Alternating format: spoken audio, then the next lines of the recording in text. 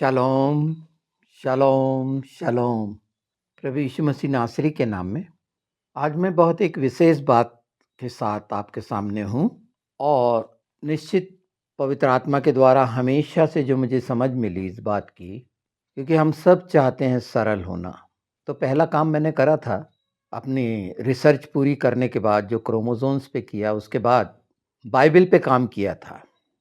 तो पहला ख्याल आया था कि सरल करूं, और उस पे मैंने काम किया एक संदर्भ माला करके।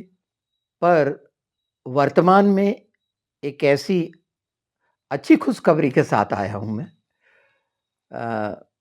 अनंत जीवन सत्य प्रकाश के जो वीडियो निकलते हैं, जो आप सुनते हैं, हो सकता है आधा अधूरा सुने हो, या अंत तक ना सुना हो। बहुत से बातें छूट जाती हैं। अब ये बातें नहीं छूटेंगी। एक विश्लेषण के साथ दोबारा उस वीडियो को बिल्कुल देख सकते हैं आप, 50 बार देख सकते हैं, वो नहीं कह रहा मैं। उसमें सब बातें विश्लेषण में आपको मिल जाएंगी बड़ी सरलता से। और उसी के लिए इस वीडियो पे आप उस नमूने को देखेंगे और उस पे हाँ या ना जरूर करिएगा अपने कमेंट में, क्योंकि इसके बाद, वीडियो के बाद, इस तरह के जो विश्लेषण है आपको मेरा जो क्रिश्चियन किंग ट्यूब करके जो चैनल है उसमें मिला करेंगे, क्रिश्चियन किंग ट्यूब। तो ये विश्लेषण का मजा लीजिए, आपको बहुत अच्छा लगेगा। एक नया एक्सपीरियंस आएगा निश्चित। वो ऑडियो होगा तो आसानी से उसे डाउनलोड करके आप अपने प्लेलिस्ट में रख सकते हैं, या जहां भी आप अपने स्टोर में रख सकते। और जब प्लेलिस्ट की बात आई है तो अनंत जीवन सत्य प्रकाश की प्लेलिस्ट में पिछले समयों के वीडियो पर जरूर जाना। जैसे अभी हमने योम किपोर का सुना और समय को पहचान रहे हैं, जिसमें बहुत सारी बातें पवित्र आत्मा के द्वारा वचन की आपके सामने आने वाली हैं। साथ साथ अब ट्रैवल निकल भी है, झोपड़ियों का पर्व। तो ट्रैवल निकल पर मैंने वीडियो कर चुका है पहले भी, क्योंकि ये समय शुरू हो जाएगा अक्टूबर 13-14 तक। 8 दिन के लिए, 8 दिन का विशेष महत्व है बाइबल के अनुसार, नया होने के लिए, हमेशा का डेरा लगने के लिए। तो वो मिलेगा। और मेरी कोशिश तो निश्चित रहेगी पवित्र आत्मा के साथ कि एक नए अभिषेक, एक फ्रेश ऑयल के साथ इन समयों पर क्या प्रकाशन है तो निश्चित मैं बताऊंगा। हो सकता है कि थोड़ा लेट हूं, पर इस वीडियो को पूरा सुनिएगा जरूर, क्योंकि बहुत सी चीजें आज मैं आपसे कहना चाहता हूं, और वो हम सबको मिलके करना है, जितने सब्सक्राइबर हैं, सुनने वाले। जिसमें पवित्र आत्मा चाह रहे थे कि वो प्रार्थनाएं जो आत्मा में मुझे सिखाई गई, बातचीत, वास्तव में महिमा क्या होती, स्तुति क्या होती है, और बहुत जल्द हम ये करने वाले हैं। और कितनी बहुमूल्य होगी वो, ये आप जान लीजिए।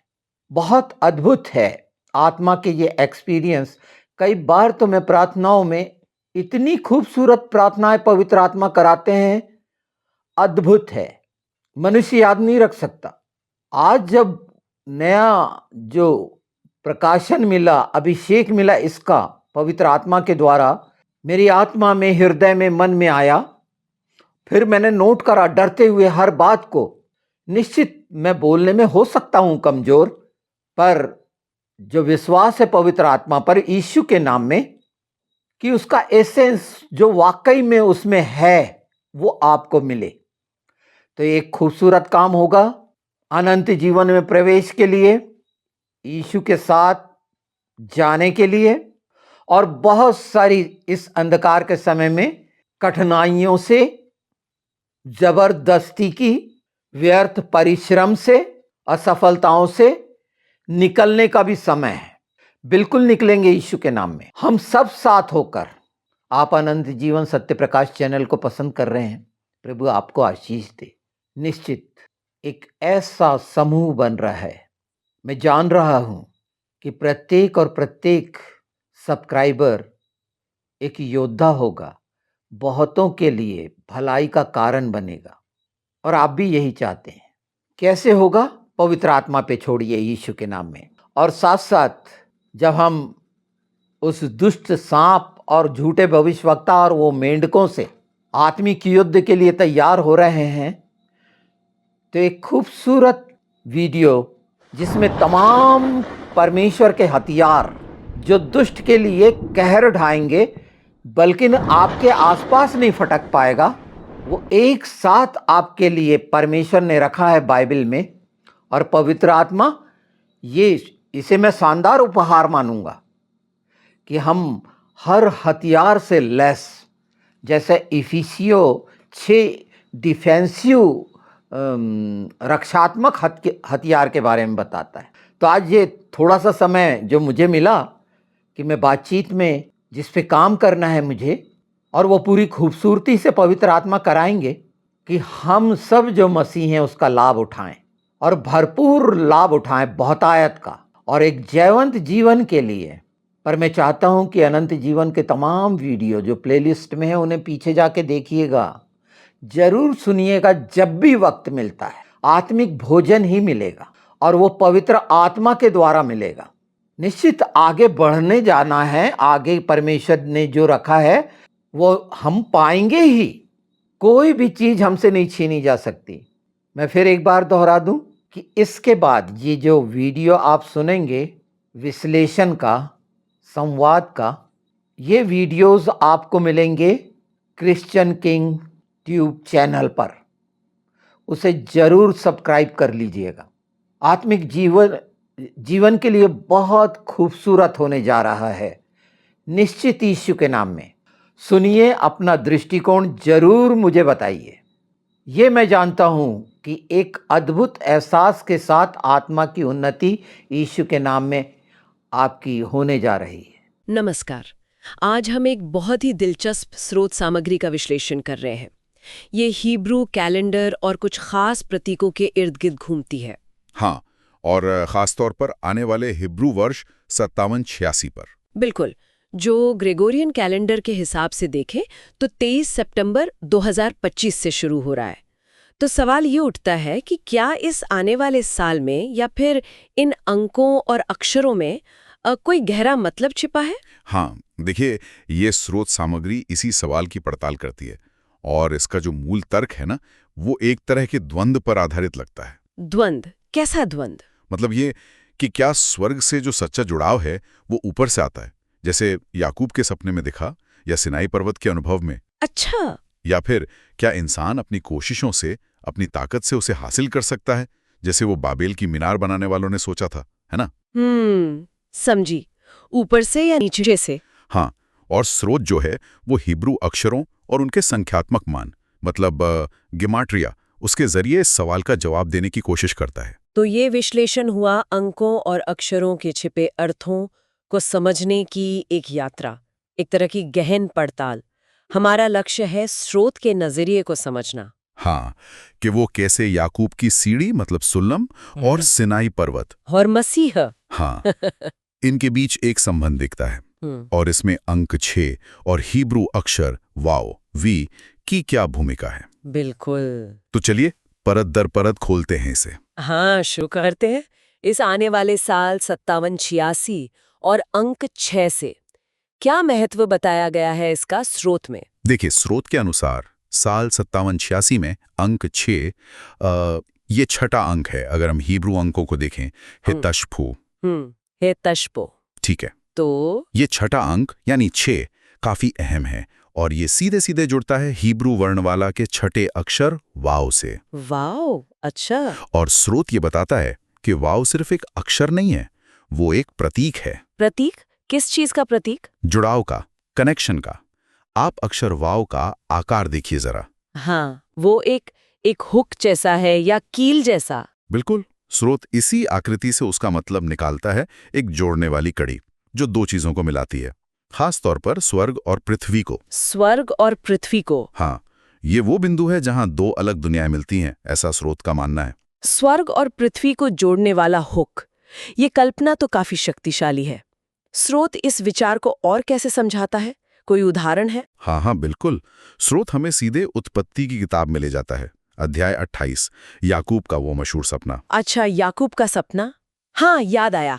वो घर से दूर जा रहा था, रास्ते में एक पत्थर पर सिर रखकर सो गया। और उसने सपना देखा। हाँ, सपने में एक सीढ़ी थी जो जमीन से शुरू होकर आसमान तक पहुंच रही थी और उस पर परमेश्वर के दूत चढ़ और उतर रहे थे। बिल्कुल सही।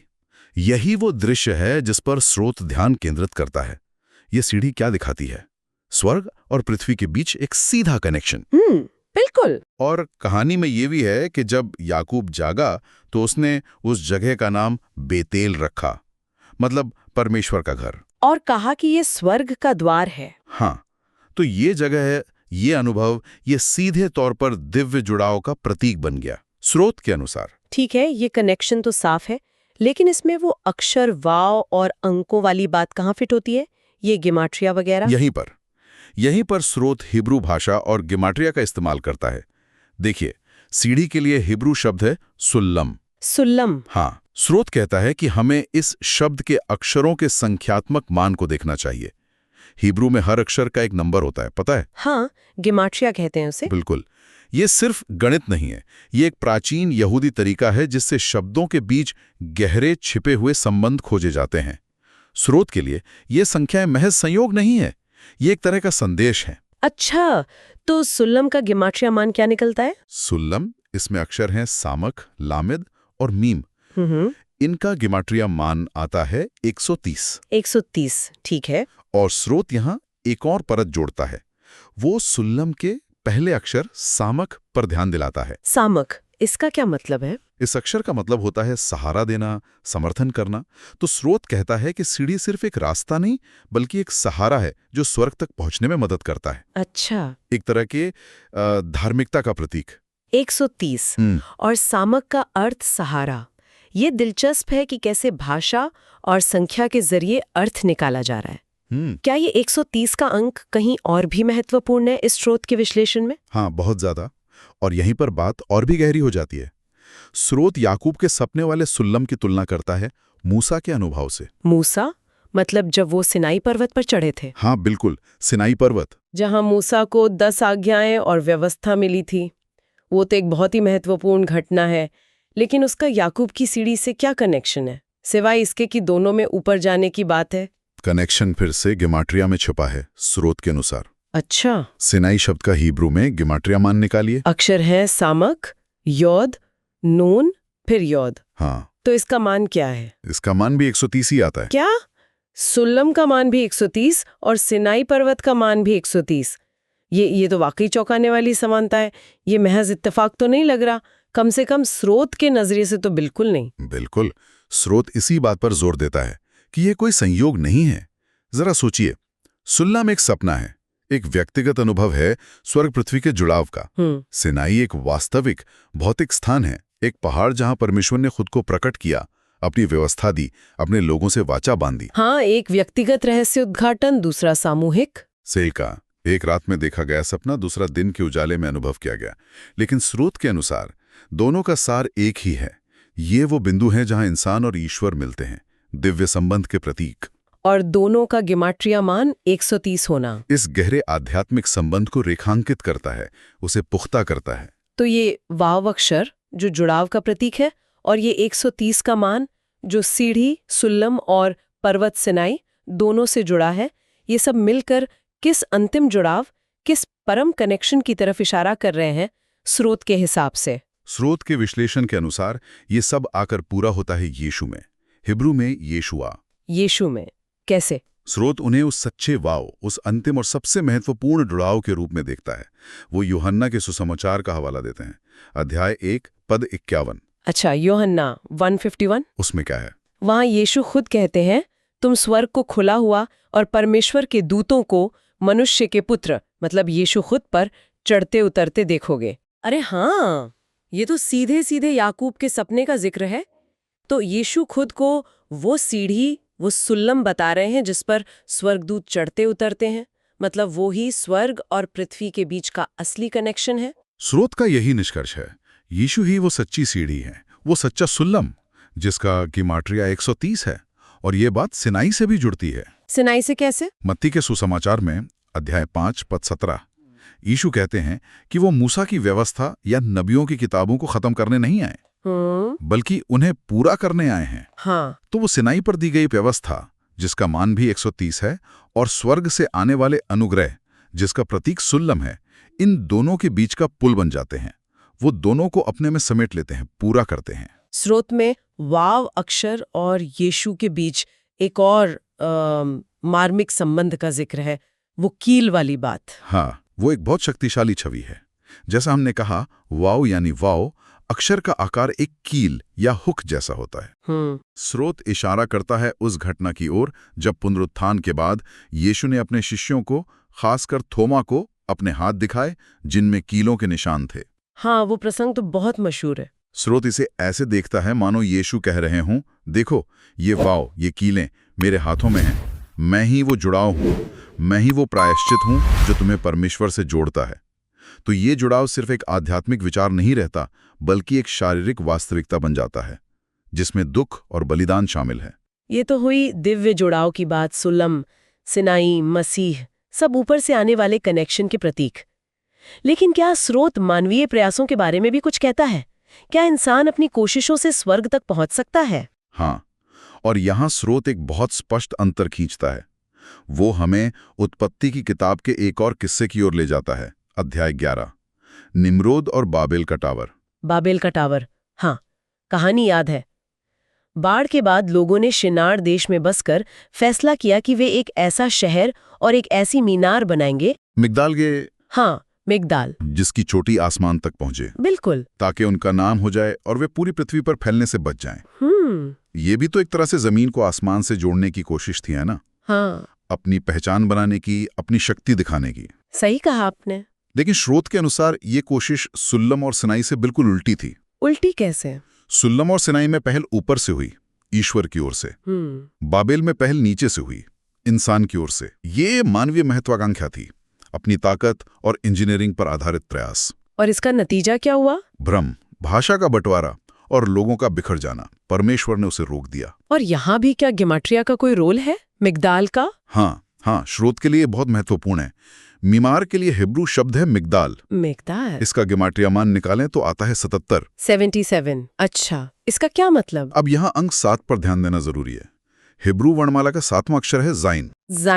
जाइन, इसका क्या मतलब है? जाइन का आकार देखिए, एक तलवार या हथियार जैसा है। हाँ, है तो। स्रोत इसे हथियार, संघर्ष और इसलिए विभाजन या काट दिए जाने के प्रतीक के रूप में देखता है। तो मिग्दाल का मान 77 यानी 2 बार 7 स्रोत के अनुसार गहरे विभाजन, टकराव और बिखराव का प्रतीक है। ये उस मानवीय प्रयास का नतीजा दिखाता है जो ईश्वर पर निर्भर होने के बजाय अपनी ताकत पर आधारित था। उसे काट दिया गया, वो असफल हो गया। तो 130 दिव्य जुड़ाव का प्रतीक, हाँ, और 77 मानवीय प्रयास से उपजे विभाजन का प्रतीक। बिल्कुल, ये वाकई एक स्पष्ट विरोधाभास है जिसे स्रोत उजागर कर रहा है। सही कहा। स्रोत का संदेश यहाँ बहुत साफ लगता है। सांसारिक प्रयास, चाहे वो कितनी भी ऊंची मीनार बनाने का हो या सिर्फ जमीनी ज्ञान या जिसे कहते हैं जमीनी धर्म, उस पर आधारित हो, हाँ, वो स्वर्ग से सच्चा और स्थायी जुड़ाव स्थापित करने में नाकाम रहता है। वो अंततः विभाजन और अलगाव की ओर ही ले जाता है। ये सब समझने के बाद अब वापस आते हैं उस शुरुआती बिंदु पर। आने वाला हिब्रू वर्ष 5786, इन सारे प्रतीकों और विचारों का उस आने वाले समय के लिए क्या निहितार्थ है स्रोत के नजरिए से? देखिए, स्रोत 5786 को एक तरह से 2-धारी तलवार की तरह देखता है, जो वाव जुड़ाव और जाइन विभाजन दोनों के प्रभाव को दिखाता है। अच्छा, दोनों कैसे? एक तरफ ये वो समय हो सकता है जब मसीह में विश्वास करने वालों के लिए जुड़ाव, एकता और इकट्ठा होने का अवसर हो, मतलब वाव के प्रतीक के अनुसार परमेश्वर के साथ उनका संबंध और गहरा हो सकता है। ठीक है। और दूसरी तरफ दुनिया में, मतलब सांसारिक स्तर पर, ये तीव्र विभाजन, विखंडन और टूट-फूट का समय हो सकता है, जाइन के प्रभाव जैसा जो 77 में दिखता है।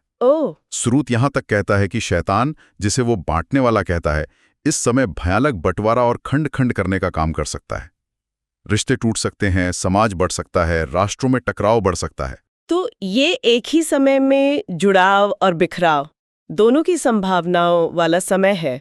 ये तो काफी तनावपूर्ण तस्वीर लगती है। हाँ है, लेकिन स्रोत का अंतिम संदेश डरने का नहीं है, बल्कि उसका आह्वान है कि इस उथल-पुथल के बीच विश्वास करने वाले मसीह में अपनी ताकत पाएं, क्योंकि स्रोत के अनुसार वही सच्चा वाव, सच्चा जुड़ाव है जो किसी भी बाहरी बिखराव से बचा सकता है।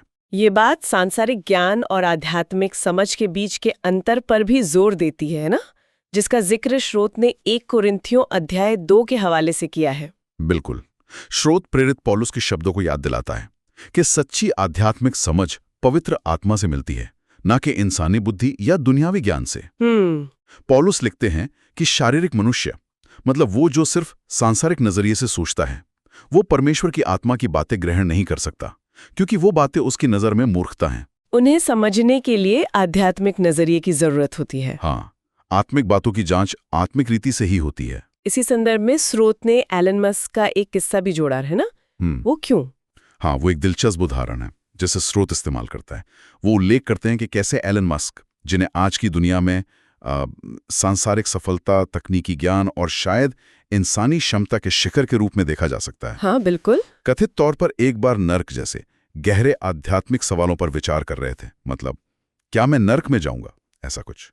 स्रोत इसे इस बात के प्रमाण के तौर पर पेश करता है कि चाहे कोई इंसान दुनियावी सफलता के कितने भी ऊंचे मकाम पर पहुंच जाए, अंततः वो उन सवालों के सामने आ सकता है जिनका जवाब सिर्फ सांसारिक ज्ञान या तर्क से नहीं मिलता।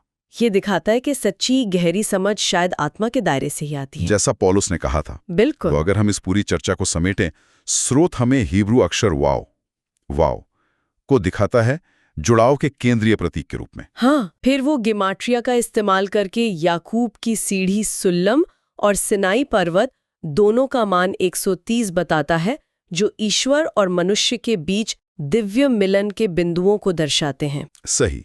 और फिर स्रोत यीशु मसीह को उस सच्चे वाव, सच्ची सीढ़ी, सुल्लम और सिनाई पर दी गई व्यवस्था की अंतिम पूर्ति के रूप में प्रस्तुत करता है। और इसके ठीक विपरीत वो निम्रोद और बाबेल की मीनार मिगदाल को मानवीय शक्ति से स्वर्ग तक पहुंचने के असफल प्रयास के प्रतीक के रूप में देखता है, जिसका गिमाट्रिया मान 77 विभाजन और बिखराव को दर्शाता है। बिल्कुल सही। 130 बनाम 77, जुड़ाव बनाम विभाजन। और आज के समय, खासकर आने वाले वर्ष 5786 के लिए, स्रोत का दृष्टिकोण ये है कि ये सांसारिक स्तर पर बढ़ते विखंडन और टूट-फूट के बीच विश्वासियों के लिए आध्यात्मिक जुड़ाव और परमेश्वर में अपनी जड़ों को मजबूत करने का एक महत्वपूर्ण समय हो सकता है। सही कहा। स्रोत का निचोड़ यही लगता है कि जो जुड़ाव वास्तव में मायने रखता है, जो टिकाऊ है, वो ऊपर से आता है, वो मानवीय महत्वाकांक्षा या प्रयासों से निर्मित नहीं होता। और यहीं पर एक विचार मन में आता है जो इस पूरे विश्लेषण से उभरता है और शायद हमारे श्रोता भी इस पर सोचना चाहें। स्रोत दिव्यता तक पहुंचने के लिए निम्रोद जैसे सांसारिक मानवीय प्रयासों को स्पष्ट रूप से अस्वीकार करता है। हाँ। और स्वर्ग से आने वाले जुड़ाव पर जोर देता है। हाँ, ये उसका केंद्रीय तर्क है। तो आज की दुनिया में जो मानवीय उपलब्धियों, वैज्ञानिक तरक्की, तकनीकी समाधानों पर इतनी ज्यादा केंद्रित है, शायद वो एलन मस्क वाला किस्सा भी इसी आधुनिक संदर्भ की ओर इशारा करता है। उस दुनिया में ऊपर से आने वाले जुड़ाव की तलाश करने का वास्तव में क्या मतलब है, जैसा कि स्रोत वर्णन करता है। ये एक बहुत गहरा सवाल है। आज के समय में कोई व्यक्ति उन कनेक्शनों के बीच कैसे अंतर कर सकता है जो पूरी तरह सांसारिक या मानवीय नींव पर बने हैं, और उन कनेक्शनों के बीच जो शायद आध्यात्मिक होने का दावा करते हैं, लेकिन हो सकता है वो भी किसी न किसी रूप में मानवीय महत्वाकांक्षा या नियंत्रण पर ही आधारित हों। हाँ, ये पहचान करना मुश्किल हो सकता है। स्रोत जिस सच्चे ऊपर से आने वाले वाव की बात करता है, उसे आज के इस क्या कहते हैं शोरगुल में कैसे पहचाना जा सकता है? ये एक सवाल है जिस पर शायद हम सबको मनन करना चाहिए।